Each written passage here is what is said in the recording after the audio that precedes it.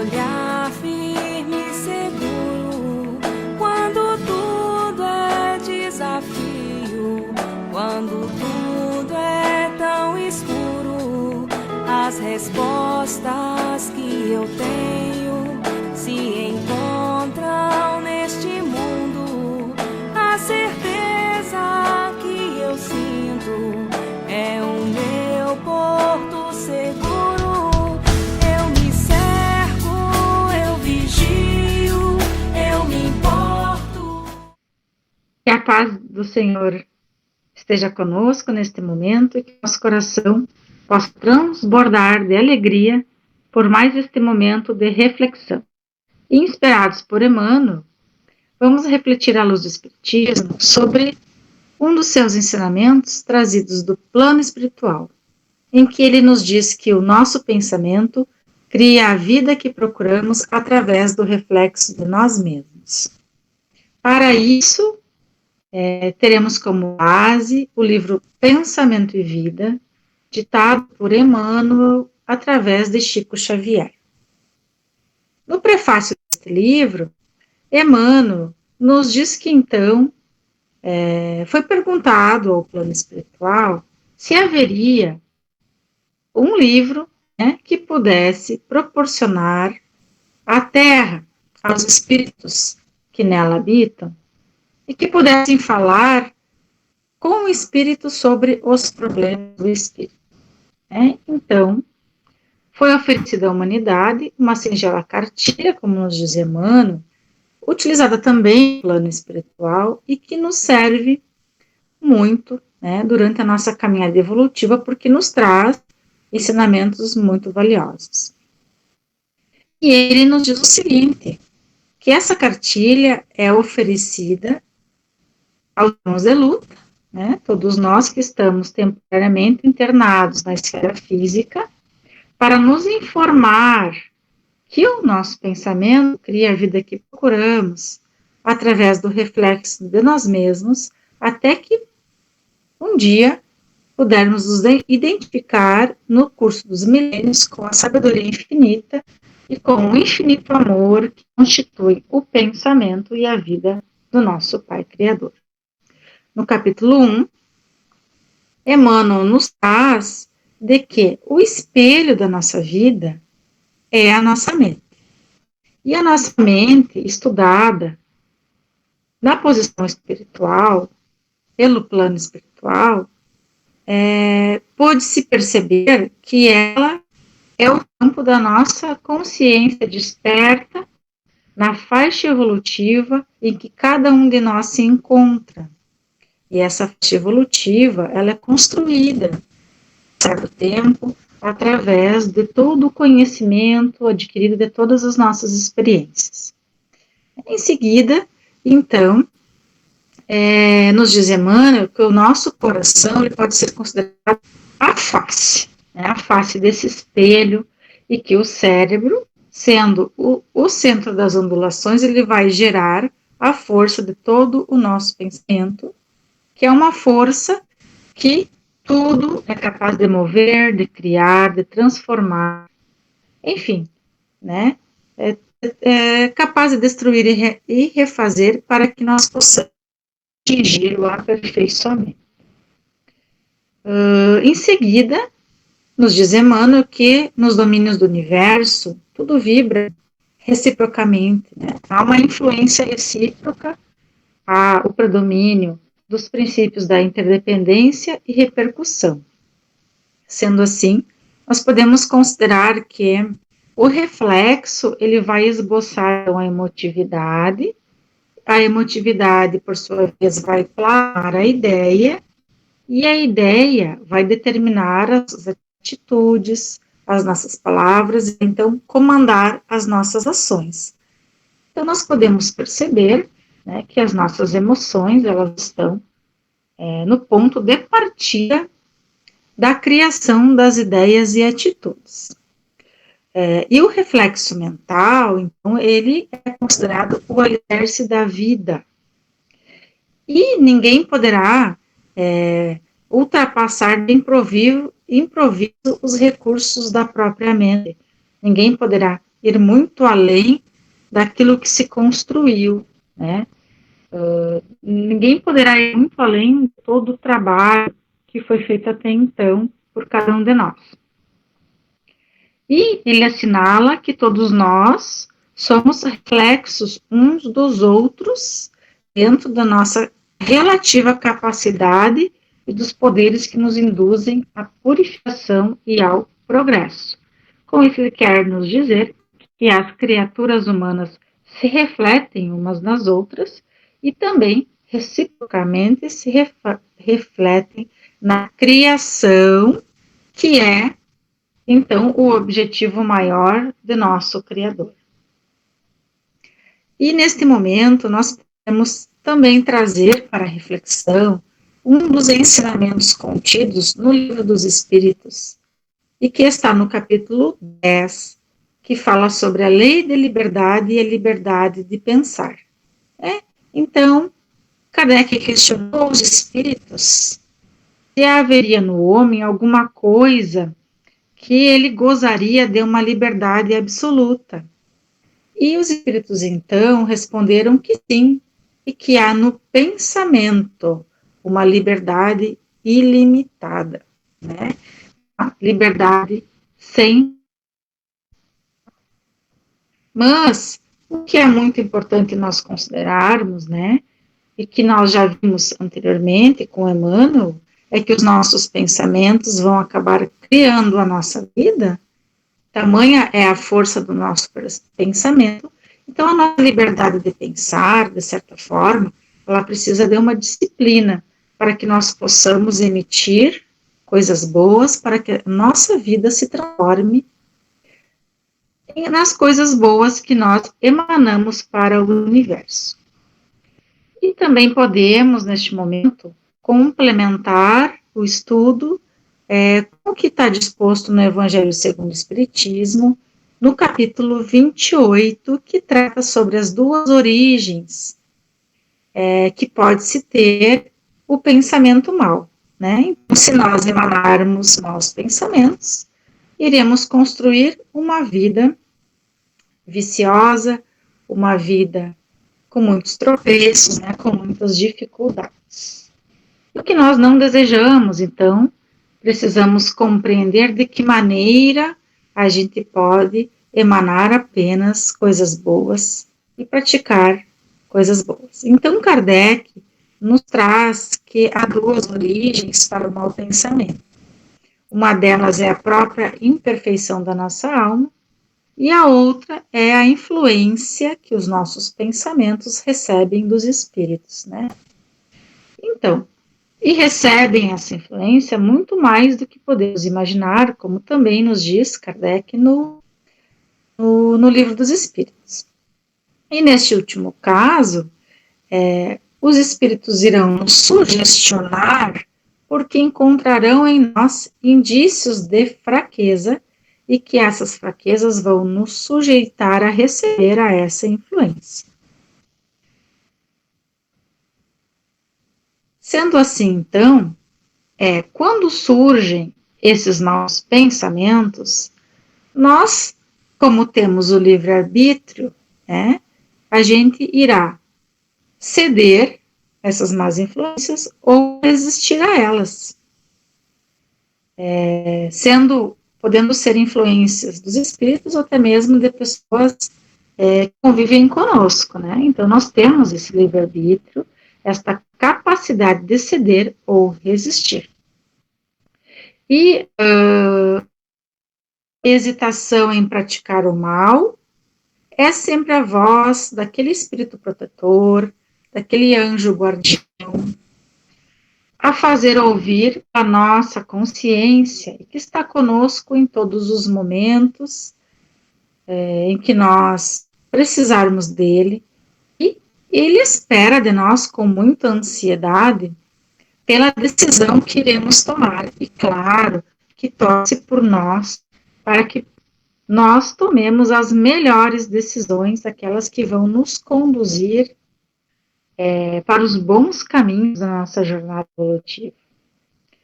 E como então nós podemos reconhecer os maus pensamentos?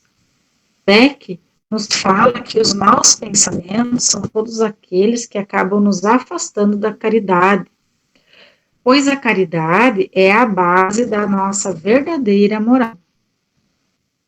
E então, quando esses pensamentos têm por princípios algum dos vícios morais que são considerados o orgulho, a vaidade, o egoísmo, enfim, uma infinidade deles, que ainda há muitos resquícios em nós, então, esses são pensamentos maus.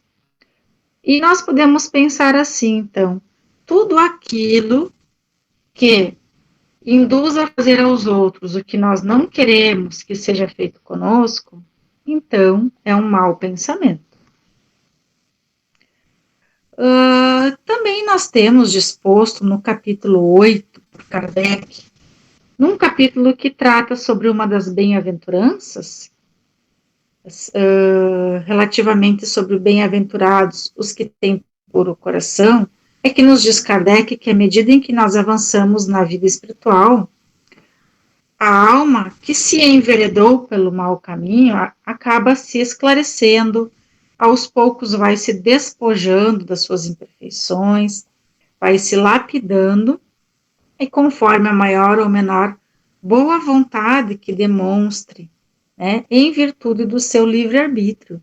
Então, aqui surge uma figura muito importante, que é a boa vontade. E ele finaliza, então, nos dizendo de que todo pensamento acaba todo mau pensamento acaba resultando da nossa imperfeição da alma, né? Seja sendo nosso mesmo ou pelas influências que podemos receber, porque são essas imperfeições da nossa alma que vão nos fazer produzir ou nos afinizar com pensamentos daqueles que nos acompanham. E de acordo com o desejo também que nos alimenta de nos depurarmos, esse mau pensamento, ele se torna também uma boa ocasião nos adiantar, porque quando nós repelimos com energia esse mau pensamento, nós teremos então resistido a ele e ficaremos muito contentes com a nossa vitória. Então, sairemos vitoriosos desta oportunidade de crescimento. E no capítulo 2 do livro Pensamento e Vida, Emmanuel nos fala sobre essa importante figura que é a vontade. Para iniciar, ele compara a mente humana a um grande escritório subdividido em várias seções de serviço. Uma das seções é o departamento do desejo, no qual operam os propósitos e as nossas aspirações, acalentando o estímulo ao trabalho. Um outro departamento é o da inteligência, que expande, nos dá condições de expandir os patrimônios da evolução e da nossa cultura. Um outro departamento, então, o da imaginação, ele vai se juntando às riquezas do ideal e da sensibilidade. O departamento da memória, por sua vez, ele vai arquivando todas as nossas experiências, tudo que nós podemos aprender, né? Enfim, todos os investimentos da nossa alma.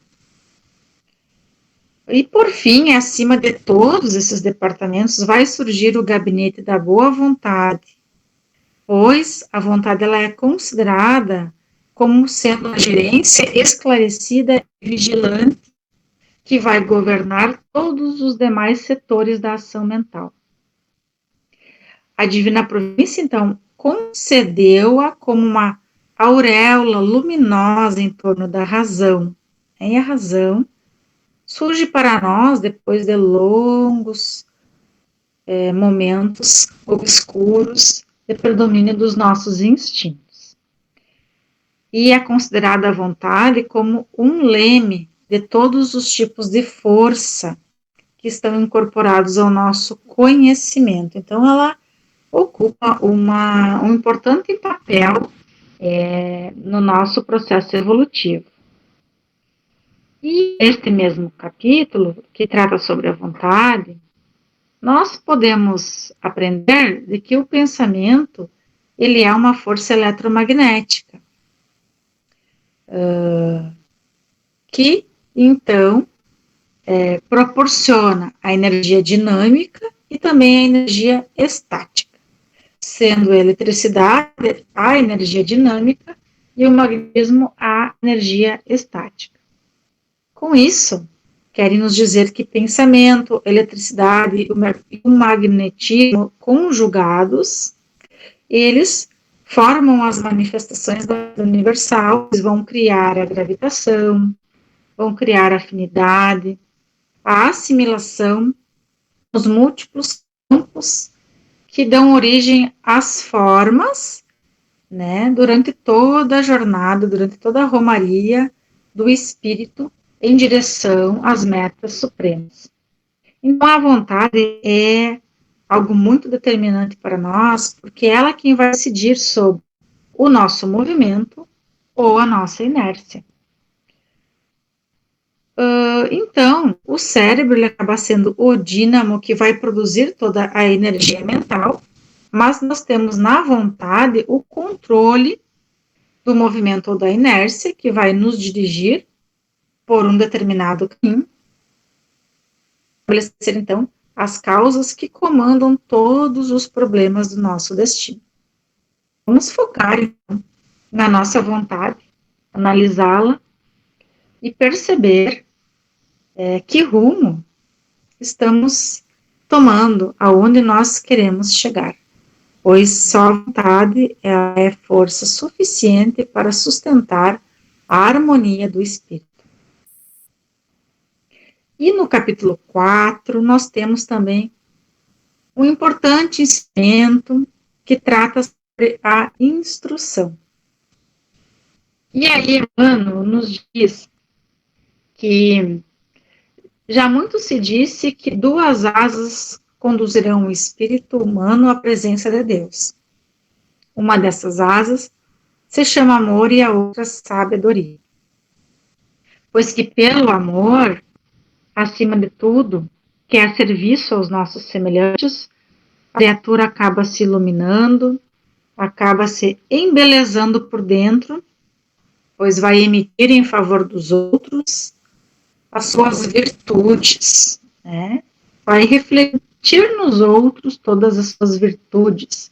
E pela sabedoria, que começa com a aquisição de todo o conhecimento, nós vamos recolhendo a influência dos vanguardeiros do progresso, né? A gente vai aprendendo tudo aquilo que o plano superior tem a nos proporcionar de ensinamento. Então, o alto está sempre conosco, né, a nos inspirar na nossa evolução. Através do amor, nos diz Emmanuel que valorizamos-nos para a vida, porém, através da sabedoria, que somos pela vida valorizados. Então, daí o indicativo de que a marcha da inteligência e da bondade é muito importante que seja em conjunto, pois a bondade que ignora, né, a bondade sem a sabedoria, é como um poço amigo em plena sombra, a dessedentar o viajor sem ensinar-lhe o caminho. E a inteligência que não ama, ela pode ser comparada a um valioso poste de aviso, que traça o peregrino informes de rumo certo, deixando-o sucumbir ao tormento da sede. Então, é um importante ensinamento que Emmanuel nos traz do plano superior nessa cartilha. E aí ele diz assim, que todos temos necessidade de instrução e de amor, e que estudar e servir são rotas inevitáveis se nós queremos, então, atingir a elevação do nosso espírito. Para encerrarmos a reflexão de hoje, e nesse mesmo sentido, é que Joana, essa benfeitora amiga, nos traz através da psicografia de Divaldo Franco, no livro Nascentes de Bênçãos, importantes recomendações, né? E eu trago aqui um trecho, então, desse ensinamento, para que nós possamos refletir com base em tudo que vimos até agora. E ela nos diz que a nossa existência se transformará naquilo que elaborarmos mentalmente. Que cada um de nós é tudo aquilo que pensa, de acordo com as formulações que elaboramos e as ondas que emitimos ao mundo cósmico que responde igualmente às nossas solicitações. Então, vamos pensar o que estamos emitindo ao universo, ou vamos avaliar tudo aquilo que estamos recebendo do universo.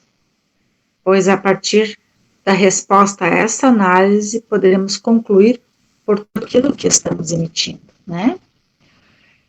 Já que há uma influência recíproca, já que há uma interdependência, né?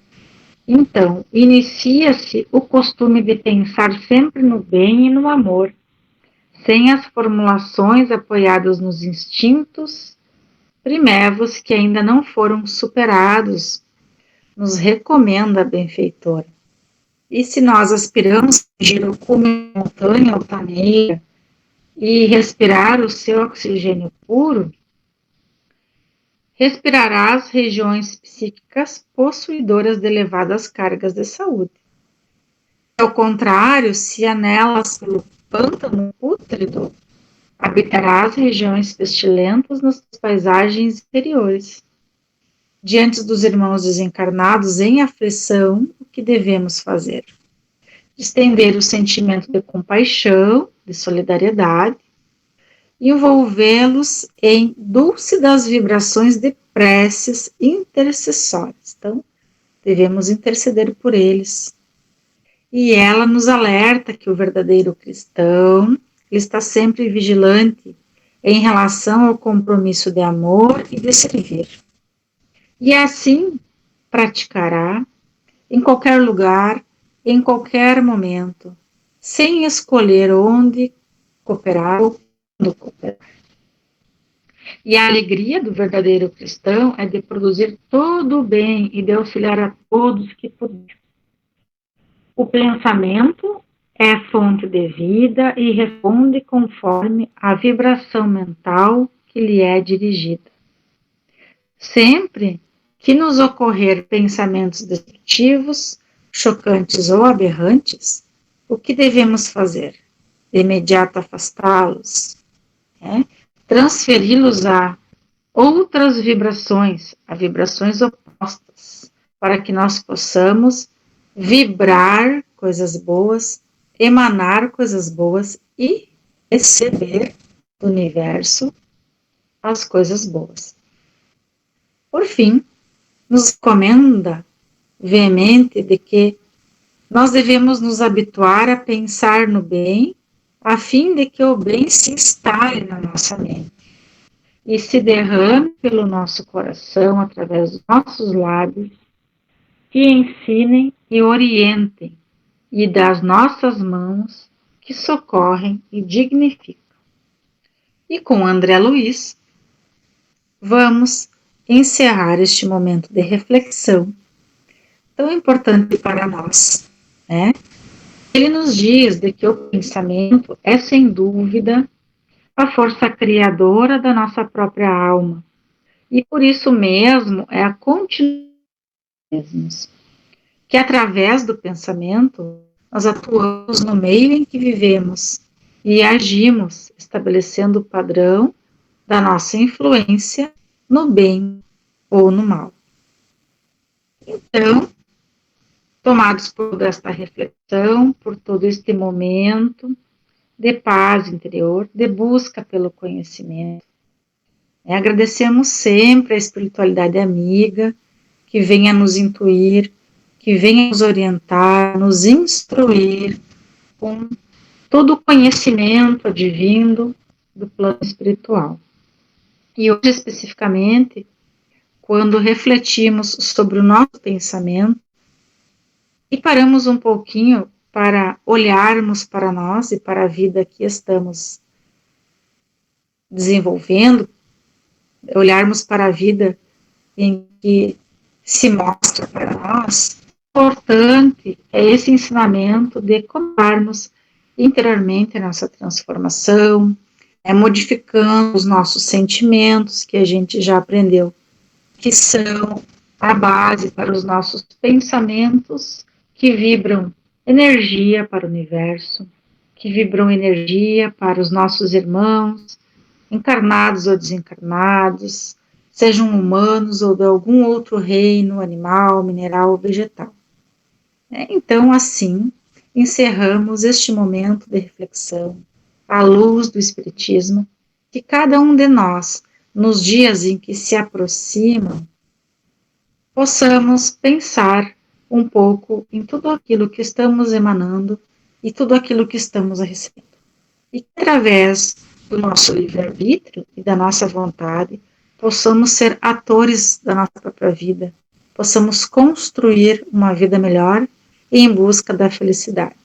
Agradecemos a atenção de todos e a oportunidade de estarmos neste momento de reflexão juntos, instruindo os nossos lares.